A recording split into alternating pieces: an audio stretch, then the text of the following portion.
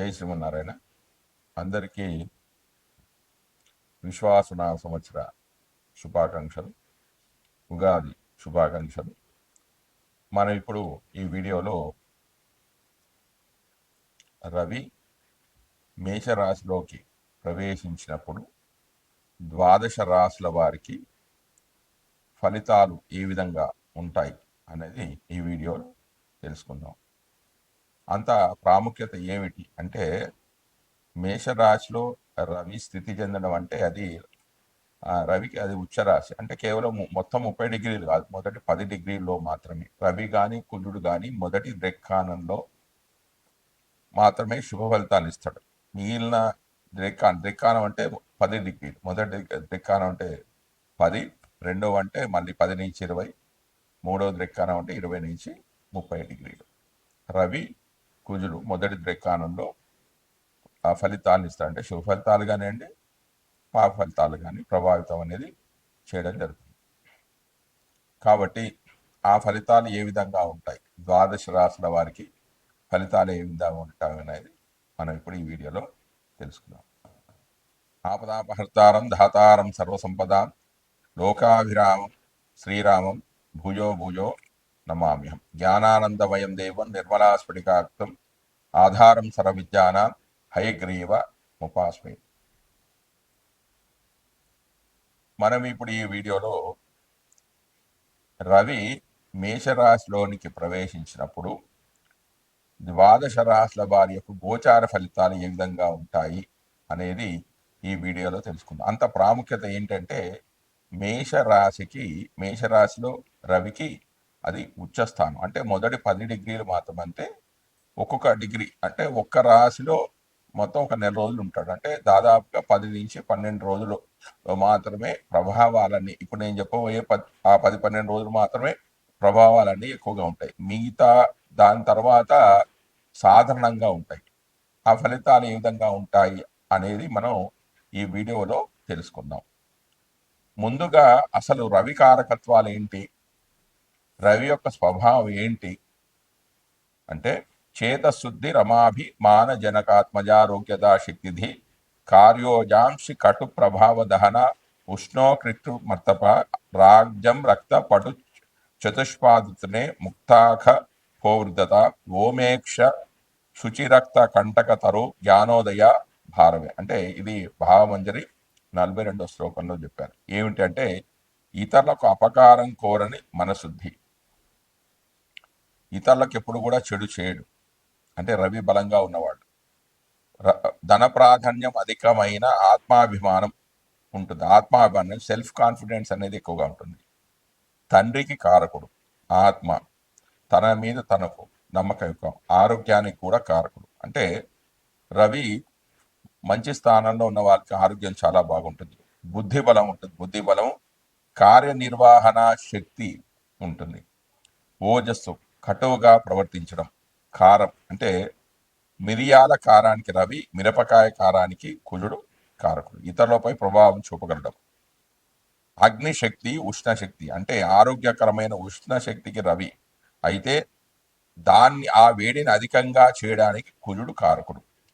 కంటి యొక్క అనారోగ్యం అంటే కుడి కంటికి రవి అయితే ఎడమ కన్నుకు కారకుడు ఎవరు? చంద్రుడు.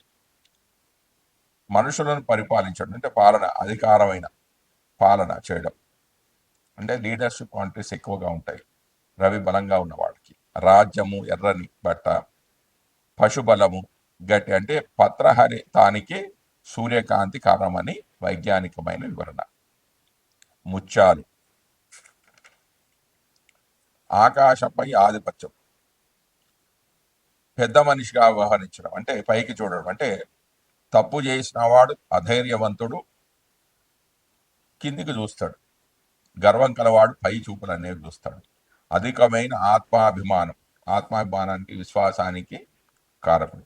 పవిత్రత, ఎరుపు రంగు, ముళ్ళ చెట్లు, జ్ఞానోదయము, పలువురు చెప్పిన విషయాలన్నిటినీ కూడా సమన్యాత్మకంగా ఆలోచించి కొత్తదనంతో కూడిన ఆలోచన చేయడం రవి కారకత్వాలకి చెందింది. శరీర కారకత్వాల్లో ముఖ్యంగా హృదయము, రక్త ప్రసరణ వ్యవస్థకు రవికి ప్రత్యేకమైన స్థానం ఇవ్వడం అనేది జరిగింది. అంతేకాకుండా ఆధ్యాత్మిక అంశాలలో శరీరం ఏర్పడడానికి మూలభూతమైన ఆత్మకారకం రవికి ఆపాదించడం జరిగింది. నిరంతరం తన చుట్టూ అన్ని గ్రహాలను అంటే అన్ని వ్యవస్థలను తిప్పుకుంటూ వాటికి కావలసిన పోషణను అందిస్తూ తాను జ్వలిస్తూ వెలుగుతూ ప్రాణభూతమైన రవి ఆత్మకారకుడిగాను శరీరంలో హృదయ కారకుడిగాను నిర్దేశించడంలో ఔన్నత్యం అనేది కనిపిస్తుంది. హృదయం ఆగిన, ఆత్మ వెళ్ళిపోయిన శరీరం అనేది మరణిస్తుంది, చైతన్య హీనము అవుతుంది, అన్ని రకాల వ్యవస్థలు వెంటనే నాశనం అవుతాయి. అందుకే రవి అన్నిటికీ కూడా కేంద్రం. హృదయం కేంద్రం కావడం కూడా అటువంటిదే. అందువల్ల హృదయ కారకత్వం రవికి ఇచ్చినట్లుగానే హృదయ సంబంధమైన రోగాలకు, ఆత్మీయత లోపాలకు కూడా రవి కారకుడు అవుతాడు. ఎవరికైతే రవి పాపస్థానంలో ఉంటే వాళ్ళకి గుండెకు సంబంధించిన వ్యాధులు, ఆత్మీయత లోపాలకు అంటే బంధుత్వాలు లేకపోవడం, వారితో సరైన సంబంధాలు లేకపోవడం లాంటివి కూడా జరిగే అవకాశాలు ఉన్నాయి. ఈ ఆత్మీయత లోపాలకు కూడా రవి కారకుడు అవుతాడు. ఈ విధంగా కారకత్వాల నిర్దేశం జరుగుతుంది. ఏది లేకుంటే శరీరంలో మనుగడ లేదో అది రవికి సంబంధించింది. ఏ వ్యవస్థ జననం నుండి మరణం వరకు ఆగిపోకుండా పని చేయాలో దానికి సంబంధించిన అంశాలన్నీ రవికి ప్రతీకలవుతాయి. ఇక్కడ రవి ప్రత్యక్ష ప్రభావం కన్నా పరోక్ష ప్రభావం అనేది అధికంగా ఉంటుంది. ఇక ముఖ్యమైన విషయంలోకి వస్తే గోచార ఫలితాల్లో చూస్తే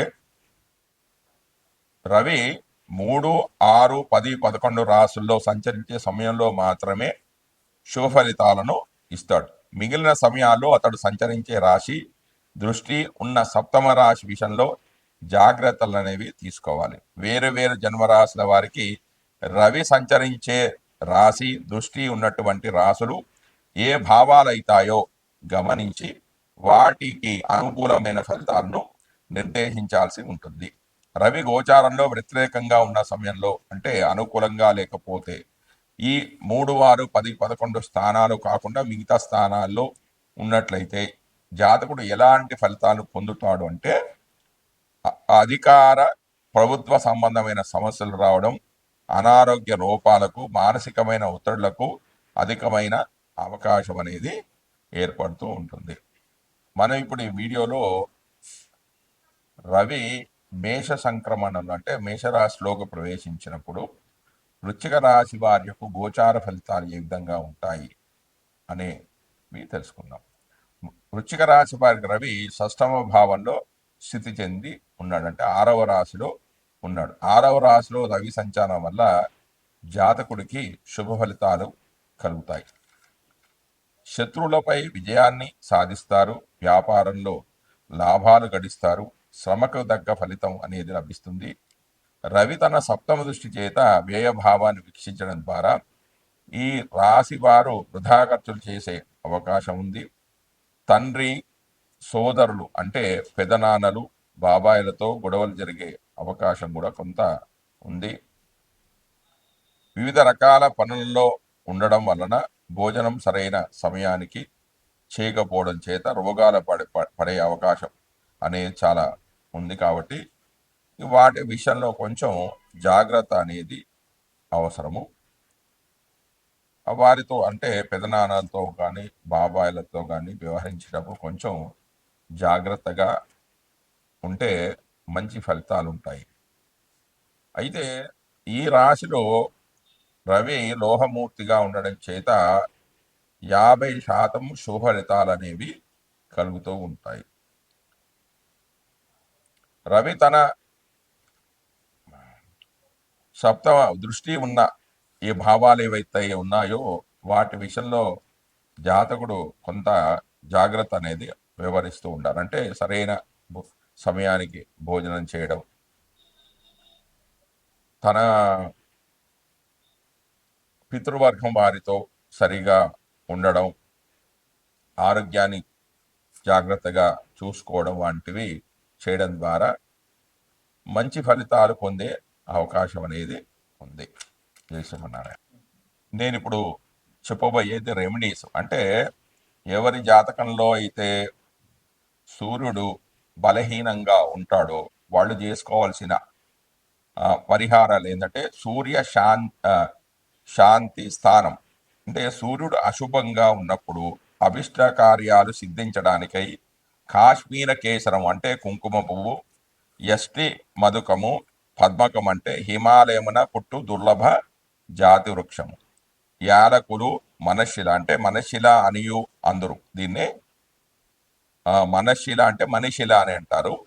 ఇది పేరుడు పదార్థాలు వాడతారు.